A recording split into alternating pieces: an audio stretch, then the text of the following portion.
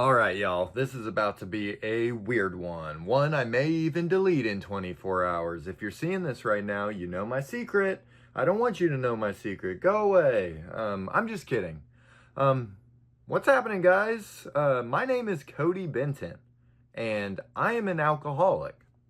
Well, recovered, that is. I was about to start filming my next silly video about AGT. If you didn't see my last videos about AGT, go watch it. Shameless plug. But then I realized what day it is today. And hold on. Let me get something.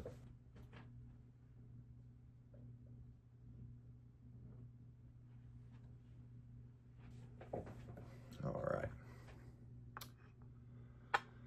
Today is September 30th, 2025. And if you can read,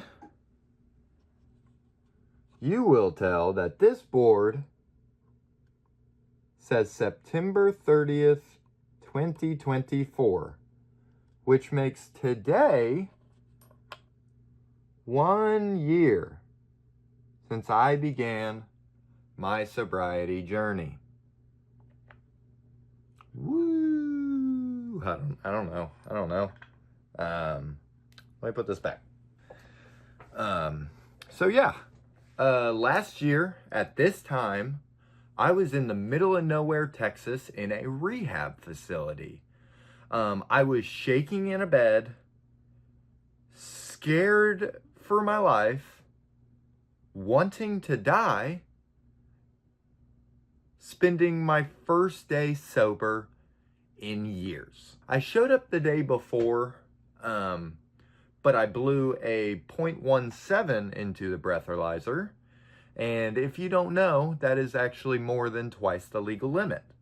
The person who was bringing me in, I guess, was very confused. They were like, "You're answering all the questions perfectly fine." Little did they know, I was already a highly functioning alcoholic. The night before rehab, I drank until I blacked out. And then I woke up the morning of going to rehab and I drank some more. But you might think this was maybe like a last hurrah or something before going to rehab, but this was actually already my daily routine. Before I really start getting into my life, let me start off by saying this. I am nobody, and I don't expect you to care about me or my story. There are tens of million other Americans, probably a lot more, who have deal or dealt with alcohol or drug abuse to the point that they have had to go to a rehab facility for their services. I am just a tall, skinny fish in this big ocean. But through this journey, I've learned a lot about myself, my faith, and what it truly means to live a sober life. Maybe sharing my story can help someone who's just starting their journey or someone who's also struggling with alcohol or drug addiction.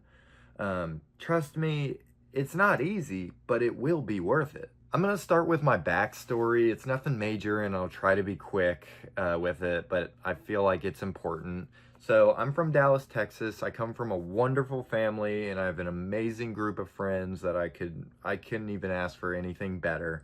My grandfather was a pastor, so I grew up in the church as a Christian, going every Sunday.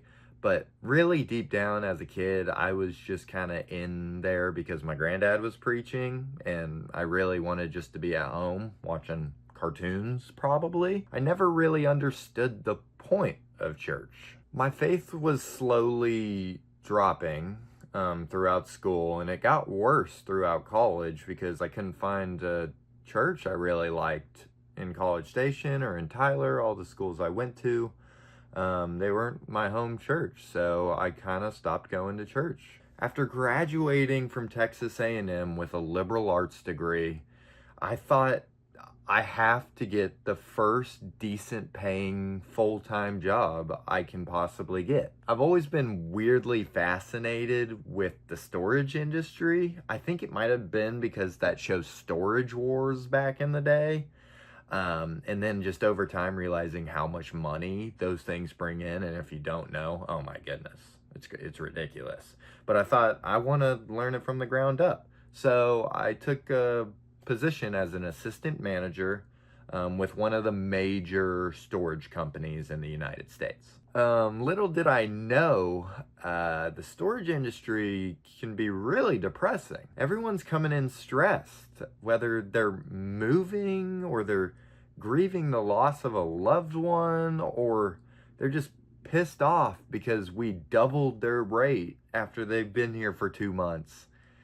And then I'm left there having to defend it, and I'm like, I don't even know how they're allowed to do this. But this video isn't about the storage company, it's about my own sobriety journey. I stuck with the storage industry for about 2 years, and I even worked my way up to a facility manager position and got my own storage facility, which I thought would make me feel like I achieved something, but there was still an emptiness in my life. Somewhere in there, my drinking skyrocketed. I was unhappy with who I was and where I was at in my life, and I was using alcohol as my escape. For about 2 years, maybe more, I was drinking about 20 beers a day, and this was my routine. Wake up, crack open a beer, drink it, crack open another one, drink it, throw up into the toilet.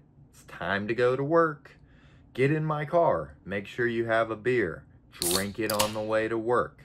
Get to work. Pour your beer into a water bottle. Hide it at work. Drink the beer at work. You got to go to the bank or Home Depot that day? Stop at the gas station. Get 2 24-ounce beers. Drink them on your way back to work. It's lunch break time. You have 30 minutes. Should you go get food? No, not enough time. Let's go get more beer. Finally off work. What do? We go back to the gas station. The workers look at you like you're crazy. They've seen you twice today already.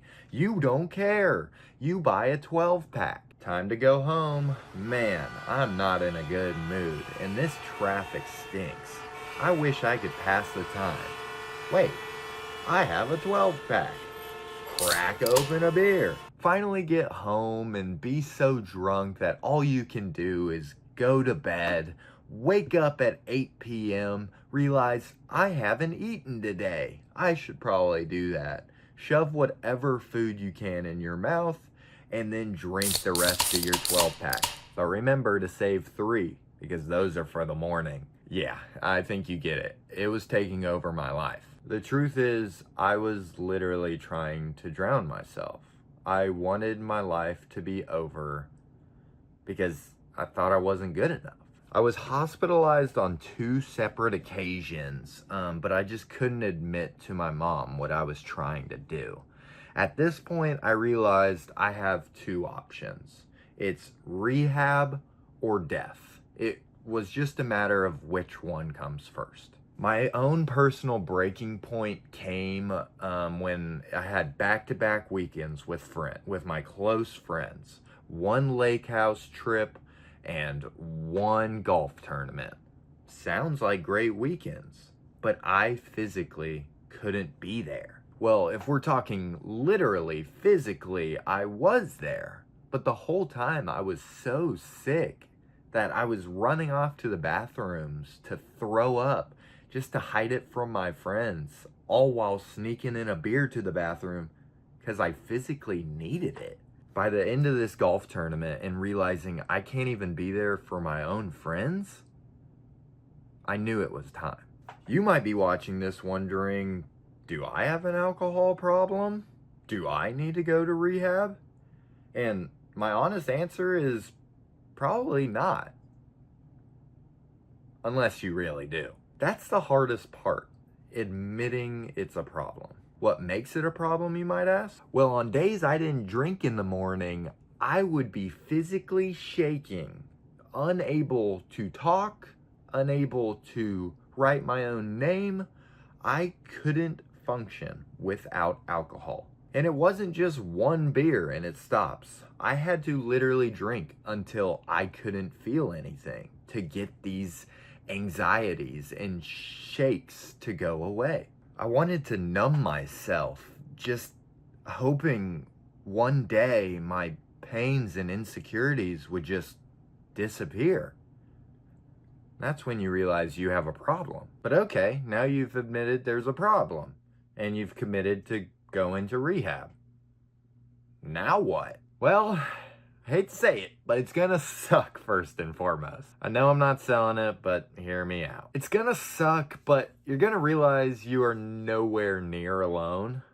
And they're gonna give you all the tools and medicines that you need to get past the withdrawal symptoms. And after the withdrawal symptoms, it doesn't get easy, but it gets easier, I promise. And you can live without drugs or alcohol anymore. This is kind of weird, but think back to when you were a kid. Nothing had a grip on you like this. Don't you want to take control of your life again? Because it's in you. You've been there. We've all been there. It's all just about getting over that hump. And once you do, oh my God, does it feel good. Once I got out of rehab though, I thought, now it gets better, right? I'm sober. Aren't I supposed to be happy? But the truth is, it's not that simple. Sobriety doesn't magically erase your pain. If anything, it makes you feel it maybe 10 times worse. I've gone through these waves of depression where there's just a voice screaming in my head, go buy a 12-pack, it. That's the part nobody warns you about, the fight after rehab. The fight doesn't end when you leave rehab, it just changes. You've got to learn how to live without your crutch anymore. And some would say that's almost impossible. For example, I'm 26 and I've had to go to multiple wedding parties and bachelor trips since getting out of rehab. Boy, are you gonna feel like a loser at those events. Big social events that involve drinking will have you in your own head thinking everybody's thinking you're weird or suicidal because you don't drink anymore, or that you're ruining the party vibe, or that it would have been better if you just stayed home, which honestly sometimes is probably true. But you also have to learn how to have actual fun at these type of things. And that's where I really realized what this whole journey is about. Sobriety isn't just about not drinking anymore.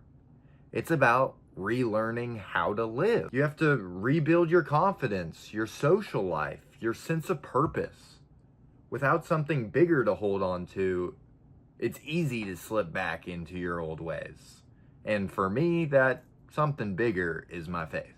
Before this journey, I wasn't a devout Christian like I mentioned. I believed in God. I believed Jesus died on this cross for our sins, but I didn't really understand why my life turned out the way it did. I wasn't expecting a handout or anything, but I was lost and didn't see any good in my life. This is where faith really came in big for me. It didn't happen overnight, trust me.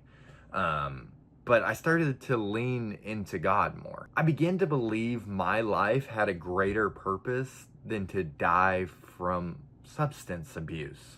And I'd like to believe that everybody has a greater purpose than that. This idea became essential in helping me stay sober. And here I am, 1 year later, still sober. If you haven't found a church you like yet, I really recommend spending the time doing some research and finding one.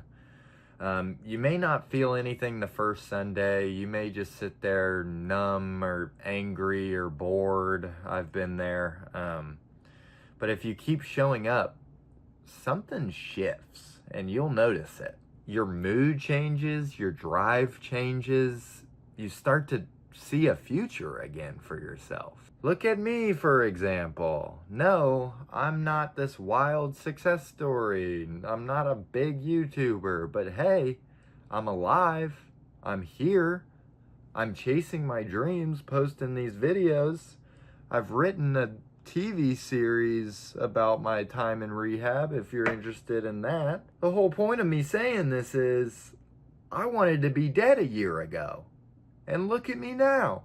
I have hope, I have passions, And I fully believe everything in me that you can find this feeling too. If drugs or alcohol are holding you back, please know this. You are not broken beyond repair. You are not alone. You are not beyond help. The same life, the same hope, the same freedom I found is waiting for you too. All you have to do is take that first terrifying step. Because who knows? Maybe a year from now, you could be sitting like me, alive, sober, and dreaming again.